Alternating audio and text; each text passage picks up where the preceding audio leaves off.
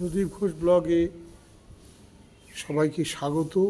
আজকে আমরা এসেছি সপ্তগ্রামের পাশে অত্যন্ত জাগ্রত এবং পরিচিত এবং ধর্মীয় দিক থেকেও এর সুনাম অনস্বীকার্য বলা যেতে পারে, সেই উদ্ধারণ দত্ত ঠাকুর বাড়ি। আমি এই জায়গাটায় বা এই বাড়িতে দুবার এসেছিলাম, একবার একটা পঞ্চম দোলে, আর একটা এর আগেও একবার 2-5 বছর 10 বছর আগে প্রসাদ খেয়ে গিয়েছিলাম। এই ঠাকুর মশাই তখন ছিলেন। ইনি হচ্ছে বর্তমান এই মন্দিরের পুরোহিত। আপনি একটু পুরোহিত আপনার মশাই আপনার নামটা একটু বলবেন, আর এই যে বাড়ির ইতিহাস, আর বিশেষ করে আমাদের যে এই যে মাধবীলতার শুনেছি যে গাছ ছাড়াই কিভাবে হয়েছে, তার একটু ইতিহাস সম্পর্কে একটু বলবেন।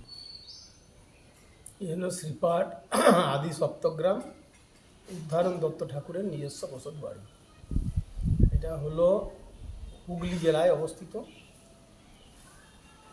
যখন উদ্ধারণ দত্ত এখানে জন্মগ্রহণ করেছিলেন তখন এই জায়গাটা ছিল জঙ্গল, এখানে এমনকি বাঘ পর্যন্ত বসবাস করত। উদ্ধারণ দত্ত এখানে জন্মগ্রহণ করলেন। উদ্ধারণ দত্তের বাবার নাম হলো শিকর দত্ত মহাশয়। শিকর দত্ত, তার স্ত্রী আর উদ্ধারণ, উনি তিনজন মিলে এখানে থাকতেন। এই উদ্ধারণ দাপর যুগে, আগের যুগে কে ছিলেন? পূর্বজন্মে উদ্ধারণ ছিলেন দাপর যুগে দ্বাদশ গোপালের মধ্যে পঞ্চম গোপাল, নাম ছিল সুবাহু। কলিতে জন্মগ্রহণ করলেন সুবর্ণ বণিককুলে, নাম হলো দিবাকর দত্ত। এই দিবাকর দত্ত নাম নিয়ে এখানে উনি বসবাস করতে লাগলেন। বাবার সঙ্গে করতেন সোনার উপর ব্যবসা। যেহেতু এখানে সরস্বতী নদী ছিল, সরস্বতী নদীতে বন্দর ছিল, সেই বন্দরে দিবাকরের বাবা জাহাজে করে সোনার উপর ব্যবসা করতেন আর গোপালের ভজনা করতেন। দিবাকরও একটু বড় হওয়ার পরে সঙ্গে সঙ্গে বাবার কাজে সহায়তা করতেন এবং নিজে গোপালের ভজনা করতেন। এই করে তিনজনের চলছিল। তখনকার দিনে যেহেতু বাল্যবিবাহ প্রচলন ছিল, দিবাকরের বাবা বাল্যকালে দিবাকরের বিবাহ দিয়েছিলেন। তাদের একটি পুত্র সন্তান হয়েছিল, নাম রেখেছিল প্রিয়ঙ্কর দত্ত। এই 5 জন মিলে একই কাজ করতেন, ব্যবসা করতেন আর গোপালের ভজনা করতেন। এ হলো ওদের কাজ। কিছুদিন যেতে না যেতেই দিবাকরের বাবা গত হয়ে গেলেন।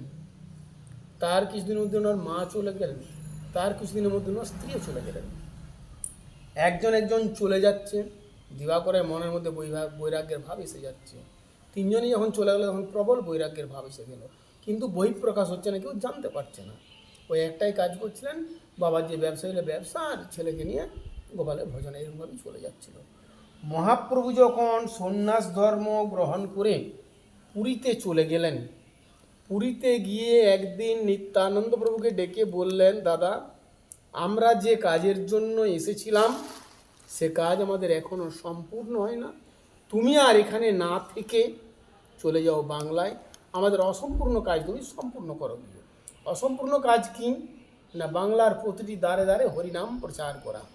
এই দায়িত্ব মহাপ্রভু নিত্যানন্দ প্রভুকে দিলেন। নিত্যানন্দ প্রভু উড়িষ্যা থেকে চলে এলেন বাংলায় এসে খর্দা, পানিহাটি, আড়িয়াদহ 3 জায়গায় নাম প্রচার করলেন। তারপর 4 নম্বর জায়গায় এলেন আদি সপ্তগ্রাম দিবাকরের বাড়ি।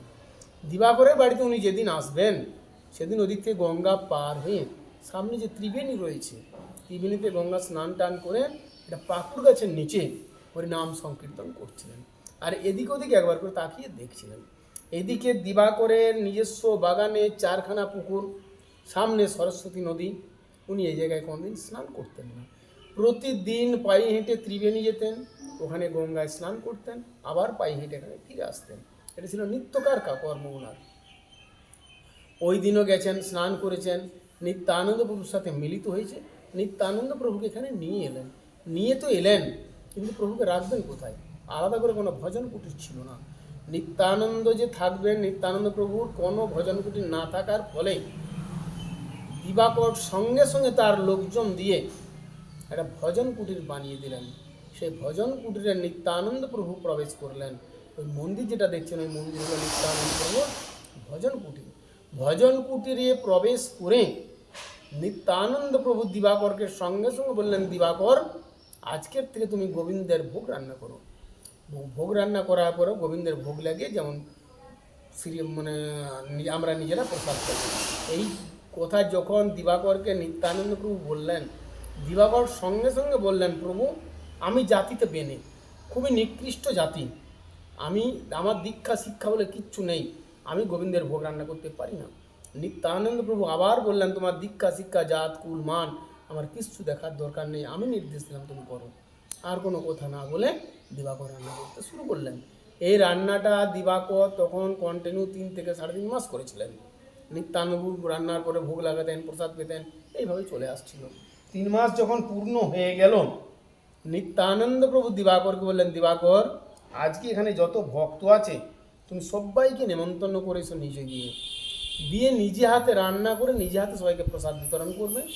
আমি আমার কীর্তনের দলকে নিয়ে চললাম নগর সংকীর্তন করতে, সপ্তগ্রাম মানে 7খানা গ্রাম নগর সংকীর্তন করবে। এই বলে প্রভু চলে গেলেন। নিত্যানন্দ প্রভুর নির্দেশে দিবাকর সবাইকে নিমন্ত্রণ করেছে, রান্না করতে শুরু করলেন। রান্না করতে করতে এখন দুপুরবেলা মধ্যাহ্ন সময় হয়ে গেছে, তখন ভক্তগণ এখানে একে একে সব আসছে, এসে দেখছে দিবাকর রান্না করছে। দিবাকর রান্না করছে দেখে সবার মাথা গরম হয়ে গেল, কারণ দিবাকর জাতিতে বেনে খুবই নিচু জাতি, ওনার হাতে রান্না করা সোনালাড়া কেউ খেতে পারে না। এই নিয়ে একটা তর্ক বিতর্কের সৃষ্টি হয়ে গেল। যখন তর্ক বিতর্ক তুমুলে উঠে গেছে নিত্যানন্দ প্রভু সেই সময় নগর সংকীর্তন করেছে। দিবাকরের বাগানে যে পুকুর রয়েছে ওই পুকুরে উনি স্নান করছিলেন। স্নান করতে করতে শুনতে পেলেন দিবাকরের বাড়িতে ঝামেলা হচ্ছে। উনি খুব তাড়াতাড়ি পুকুর থেকে উঠে দিবাকরের বাড়িতে আসার জন্য পুকুর থেকে উঠছেন। পুকুর থেকে যখন তাড়াতাড়ি করে ওঠে তখন পায়ের একটা নুপুর খুলে পড়ে যায়, সেই জন্য পুকুরের নাম হয়েছে নুপুর পুকুর। নুপুর পুকুর থেকে এসে দিবাকরকে জিজ্ঞেস করলো, দিবাকর কি হয়েছে? দিবাকর বললেন, প্রভু আমি যে তোমার নির্দেশে রান্না করেছি, আমার রান্না করা প্রসাদ কেউ গ্রহণ করবেন না। তখন নিত্যানন্দ করজোড়ে প্রত্যেককে বলেছিলেন, এখন তোমরা যেটা নেবে সেটা হলো গোবিন্দের প্রসাদ, তোমরা নাও। তাও কেউ নিল না। রান্না যেই গুরু গোবিন্দের প্রসাদ, এই কথা নিত্যানন্দ স্বয়ং বলছেন, তবুও নিচ্ছে না কেউ। তখন নিত্যানন্দ দিবাকরকে বললেন, দিবাকর তুমি যে রান্না করেছো তার খুন্তিবালা হাতাটা কোথায়? দিবাকর সঙ্গে সঙ্গে একটা অড়র ডালে লাঠি দেখালেন, বললেন, প্রভু এই লাঠিটা দিয়ে আমি ভোগ রান্না করেছি। লাঠিটা এমনভাবেই রান্না করেছি এখন সেদ্ধ হয়ে গেছে, ভেঙে ভেঙে পড়ে যাচ্ছে। নিত্যানন্দ দিবাকরকে বললেন, ওই লাঠিটাই জায়গায় মাটি করে পুঁতে দাও। নিত্যানন্দবাবুর নির্দেশে দিবাকর সেটাকে পুঁতে দিলেন। পুঁতে দেওয়া মাত্র ভগবানের অলৌকিক সৃষ্টি, একটা ফুল এবং পাতা নিয়ে গাছের সৃষ্টি হলো। নিত্যানন্দ প্রভু সে গাছটার নামকরণ করলেন মাধবীলতা। যখনই ওই যে মাধবীলতা যে গাছ, ওই যে মাচায় তোলা রয়েছেন, উনি হলেন মাধবীলতা। মাধবীলতা যখন সৃষ্টি হয়ে গেল তখন আর যত এখানে ভক্ত এসেছিলেন কাউকে বলতে হয় না যে তোমরা প্রসাদ নাও, যে যার এখানে বসে পড়লেন। দিবাকর প্রত্যেককে প্রসাদ দিলেন, প্রত্যেককে প্রসাদ দিয়ে এখান থেকে বাড়ি চলে গেলেন। প্রত্যেকেই দেখতে হলে দিবাকরের মধ্যে কোনো অলৌকিক শক্তি অবশ্যই লুকিয়ে আছে, নইলে এই ঘটনা ঘটতে পারে না। পরদিন নিত্যানন্দ প্রভু ওই গাছের তলায় বসে দিবাকরকে দীক্ষা দিলেন, শিক্ষা দিলেন, আর একটা কথা বললেন, কালকে তোমার হাতে রান্না খেয়ে যে যেখানে ছিল সবাই উদ্ধার হয়ে গেছে, এই জন্য তোমাকে আর দিবাকর নামে কেউ ডাকবে না, আজকের থেকে তোমার আমি একটা নতুন নাম দিলাম উদ্ধারণ। সেই থেকে উনি হলেন উদ্ধারণ। ওনার যে একমাত্র পুত্র সন্তান ছিলেন প্রিয়ঙ্কর দত্ত, ওনাকেও দীক্ষা শিক্ষা দিলেন, একটা নতুন নামকরণ করে দিলেন শ্রীনিবাস দত্ত। পরবর্তী কিছুদিনের পরে নিত্যানন্দ প্রভুর উপরে একটা নির্দেশ ছিল মহাপ্রভুর, যে দাদা বিয়ে করে সংসারী হও। নিত্যানন্দ বিয়েটা উদ্ধারণ মানে অম্বিকা কালনায় গিয়ে দিয়ে এলেন, এখানে বৌভাতের অনুষ্ঠান করলেন। করার পর যখন প্রভু এখান থেকে চলে যায়, নিত্যানন্দ প্রভু পিছুই পিছুই উদ্ধারণে চলে যায়, কারণ প্রভু যেখানে যাবে সেখানেই প্রভুর জন্য রান্নাটা করে দেবে, প্রভুর যেন কোনো কষ্ট না হয়। নিত্যানন্দ প্রিয় পার্শ্বজন উদ্ধারণ।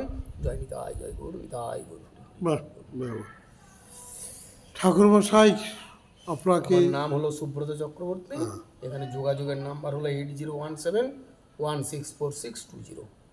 বাহ, এটা সবাই এসে প্রসাদ পেতে পারে, কিন্তু একটু ফোনে আগেই সবাই এসে প্রসাদ পেতে পারে, ফোনে আগের থেকে বলে দিতে হবে, সেরকম একটা কুপনের ব্যবস্থা আছে, সেই টাকাটা দিতে হবে, পুরো পুরো প্রসাদ পাওয়া যাবে।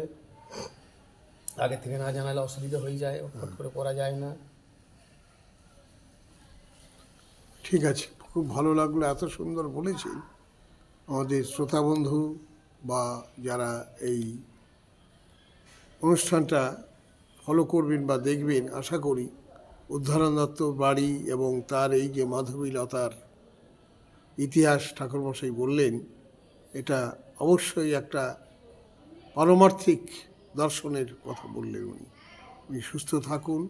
আমরা মাঝে মধ্যেই আসবো, ওনার এই সহস্র বদনে এইরকম নানান রকম কথা শুনবো।